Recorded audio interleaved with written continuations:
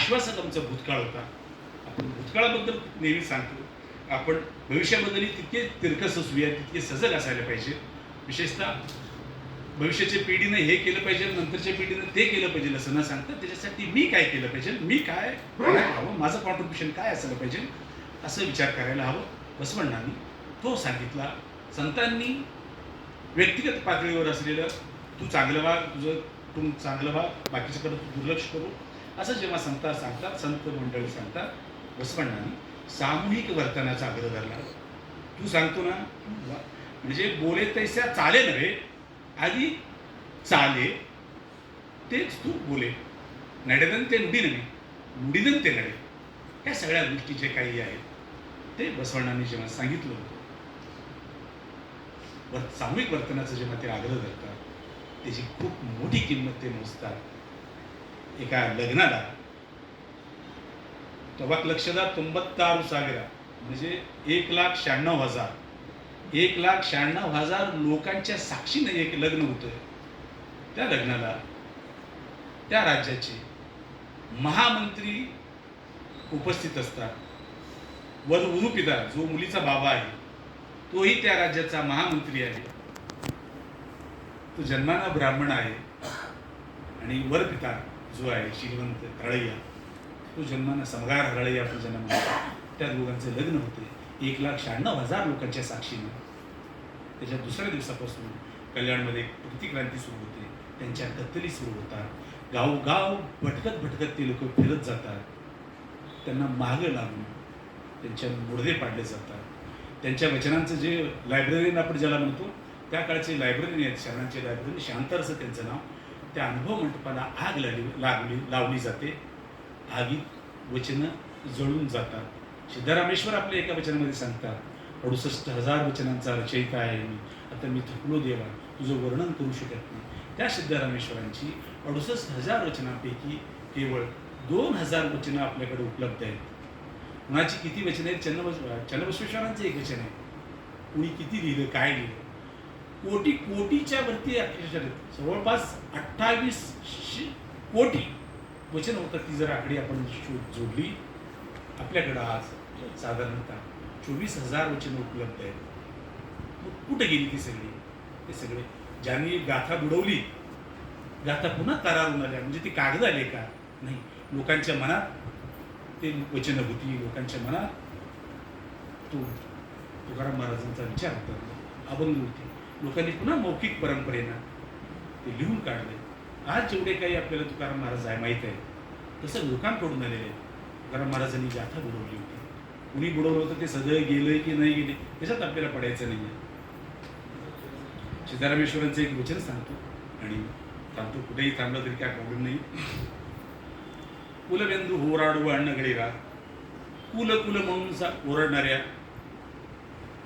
भावंडांनो ऐकावं. दुर्वासाचं कुल होतं काय? दुर्वासाचं कुळ कोणतं आहे? कक्कयाचं कुळ कोणतं आहे? हे तुम्ही कुठल्या कुळातून जन्माला आला? मी सुरुवातीला सांगितलं होतं की ते महत्त्वाचं नाही आहे. तुम्ही कसं राहता, कसं वागता आणि तुम्हाला काय करायचं आहे. महात्मा बसवण्णांचा जो संघर्ष आहे, मी सुरुवातीला म्हटलं की तो क्लिअर करतो मुद्दा, की ते सकाळचे सूर्योदयाचे सूर्य आहे. बाबासाहेब मध्यान्हीचे सूर्य आहे. कल्याण पर्वाचं, कल्याण क्रांतीचं जर कथा सांगितल्याशिवाय ते तुम्हाला कळणार नव्हतं, त्याचं क्लॅरिफिकेशन होणार नव्हतं. बसवण्णांचा संघर्ष टू गिव्ह आहे. बसवण्णा 16 गावचे पाटील असलेले, अग्रहाराचे अधिपती असलेले, वेद विद्या वगैरे त्या काळचे, आजही आपण साधा पूजा सांगणाऱ्यालाही पाया पडतो गुरुजी आहेत म्हणून, त्यावेळी अशा पंडित असलेल्या कुटुंबात जन्मले होते. त्यांचा संघर्ष टू गिव्ह आहे. बाबासाहेबांचा संघर्ष टू गेन आहे. म्हणून गांधीजींनी कपडे काढलं ह्याचं कौतुक वाटलं नाही बाबासाहेबांना. बाबासाहेब म्हणले, अरे काय कौतुक आहे याच्यात, तू उघडं फिरतो, आमच्या घरी आहे, आमच्या घरची तरुण मुलगी उघड्या अंगानं बसते, तिला कपडे नाही घालायला, तू एका पंचाचं काय कौतुक सांगतो. म्हणून बाबासाहेब सरासरी 42पेक्षा जास्त असलेल्या तापमानामध्ये सुटाबुटात राहिले. साहेब कसा असावा? डॉक्टर बाबासाहेबांसारखा असावा. साहेब दिसला पाहिजे. तो साहेब असून आज आपण डिग्री आहे त्याच्याकडे, एखादा मोठ्या पदावर आहे, सर रिटायर झाले, PSI म्हणून आपण माहिती आहे त्यांना साहेब आहेत ते. पण सर्वसामान्य भारतीयांना जो गावातला आहे, पिचलेला आहे, गरीब आहे, दूषित आहे, तोही वर्ग गाव कसा बाहेर आहे, त्याला कसा दिसायला पाहिजे साहेब? बाबा म्हणून बाबासाहेबांनी किती हाल आपले, आज तासभर आपण पंखा असेल तर किती उघडते आपल्याला. बाबासाहेबांनी तो सुटाबुटाचा ड्रेस म्हणून ठेवला होता, स्वतःची आयडेंटिटी ठेवली होती. म्हणून प्रत्येकजण सांगेल, आपल्या अडाणी आई आपल्या मुलाला शिकवताना सांगते, तू बाबासाहेबासारखं शिकला पाहिजे, तू इतर कोणासारखं शिकायचं नाही, तू राष्ट्रपतीसारखं शिक, तू मंत्र्यासारखं शिक. कुणीही नाही म्हणलंय आजपर्यंत. मी जाणीवपूर्वक सांगतो, ज्या गावातून ज्या वस्तीतून मी आलो, ज्या मठात मी वाढलो, मी प्रत्येक गावातल्या एकेका घरची भाकरी करून मी शिकलोय दासोह संकल्पनेमध्ये. आणि मला असं वाटतं आपण सगळ्यांची ती जबाबदारी आहे. आपण आपल्या परीनं आपण सुरुवात करायची नाही आहे, आपण त्याचे वाहक तर व्हायचे नाही आहे. व्यवस्था निर्माण केली एका ठराविक समुदायाच्या लोकांनी, ठराविक लोकांनी त्यांचा अजेंडा रेटण्यासाठी. आपण वाहक मात्र त्याचे परफेक्ट जावं. आपल्याला असं वाटते नाही आहे ते सांगते ना गुरुजी म्हणून तू कर, आपण चिकित्सक नाही झालो, आपल्याला प्रश्न पडले नाही. आपल्याला प्रश्न पडले पाहिजे, आपण प्रश्न विचारले पाहिजे. म्हणून अथर्वशीर्षाचं पठण करत असताना आपल्याला ते प्रश्न पडले पाहिजे. आपण आपल्या भावाला आपण राखी बांधतोय, आपला भाऊ आहे, आपल्या पाठीवर तो जन्मलाय, तरी कुणीतरी सांगतं पंचांगात, म्हणून आपण मुहूर्त बघून राखी बांधतो. ते आपण सोडलं पाहिजे.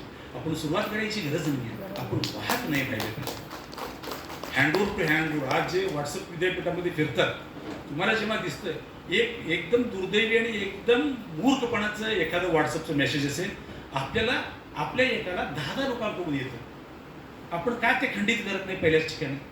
अशा गोष्टी का थांबवत नाही? ती साखळी का तोडत नाही आपण ती साखळी तोडली पाहिजे. आपल्याला काय करायचं त्याहीपेक्षा काय करायचं नाही आपण ते ठरवलं पाहिजे. आपण सगळे म्हणून ठरवूया. आता मित्राचा प्रश्न आहे, संविधानाच्या रक्षणासाठी देशातील पत्रकारिता कशी असावी, याचं सविस्तर उत्तर काय मी देणार नाही आहे. कारण असं आहे, भरपूर वेळ झाला आहे. पत्रकारिता मी शिकलो आणि मीना आपल्या गायकवाड मॅडम तुमच्या एका कार्यक्रमाला मी वक्ता म्हणून होतो. पत्रकारिता सर्टिफिकेटचं जर मी चुकत नसेल, मी पत्रकारिता शिकवायला जातो. ती पत्रकारिता आज जशी आहे तशी नसली पाहिजे. संविधानाच्या रक्षणासाठी देशातील पत्रकारिता कशी असावी असे तुम्हाला वाटते, हा प्रश्न आहे. त्या प्रश्नाचं उत्तर असं आहे, संविधानाच्या रक्षणासाठी देशातली पत्रकारिता सध्या आज जशी आहे, जे मेनस्ट्रीम जर्नलिझम आहे, मुख्य चॅनल्स आहेत, ते रोज दिवसभर काय काय दळतात. कुणीतरी आपल्या बळावर आपण आपल्या आयुष्याची पुंजी खर्ची घालून मेडल मिळवतोय. मग एक माणूस त्यांना फोन करतो, तो सांगतो की ह्यांच्यामुळे मी जिंकलो. नाही, त्याचे श्रम आहे, तुम्ही त्याला क्रेडिट दिलं पाहिजे. असं क्रेडिट करू भलतंच म्हणजे ज्यांना आरोपी आहे त्याला जाब न विचारता पत्रकारिता विरोधी पक्षाला जाब विचारते. आरोपी आहे त्याला त्याच्यावर कारवाई न होता जो फिर्याद द्यायला आलाय पोलीस यंत्रणा त्याला उलट तपासणी घेते. मग तू गेलाच कशाला, रेप झालं, मग तुझ्यावर प्रत्यक्ष रेप झालं का म्हणून एका जबाबदार माजी नगराध्यक्षानं बेला आपल्या बदलापूरच्या घटनेमध्ये विचारलं. एक मुलगी पत्रकार विचारत होती, हे झालं हे भयंकर आहे, तर त्या पुढाऱ्यानं असं उत्तर दिलं, तू एवढं तंतन करतेस जे जसं की तुझ्यावरच रेप झालाय. ही जी पराकुटीची निडर वृत्ती पाशवीपणा आहे, हे नाकारायला हवं. ही नाकारणारी पत्रकारिता ही संविधान वाचवू शकते. आपण मला गेल्या वर्षी होतो, मी यावर्षी होतो. पुन्हा ही चळवळ उभी करणाऱ्या, चळवळ वाढवणाऱ्या, चळवळ वृद्धिंगत करणाऱ्या सर्वांना मी शरणार्थी म्हणतो. धन्यवाद.